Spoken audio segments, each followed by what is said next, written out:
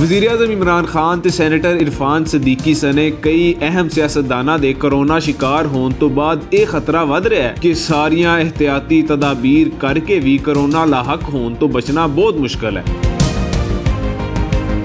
दूजे बन्ने वेखिए तो साडे शहरां विच कोरोना SOP उत्ते अमल सिरे तो ही नहीं किया जा रहा। उस तरह बाजारां अंदर रश मौजूद है जिवें कुछ होया ही नहीं। होर तशवीशनाक गल यह है कि लाहौर अंदर कोरोना वायरस दूजे शहरां दी निस्बत बहुत तेजी नाल फैल रहा है। अज लाहौर शहर विच कोरोना दे मुस्बत केसां दी शरह 14% रही, जिहड़ी हुण तीकर दी सब तो उच्ची है। इन्हां हालातां अंदर लगदा है जिवें हुकूमत भी अपनी जिम्मेदारी नोटिफिकेशन जारी करन दी हद तक ही समझदी है। सेहत दे माहिरीन दा कहना है कि लाहौर अंदर फौरी तौर उत्ते पाबंदियां ना लाईयां गईयां ते फिर हालात काबू करने सौखे नहीं रहणगे।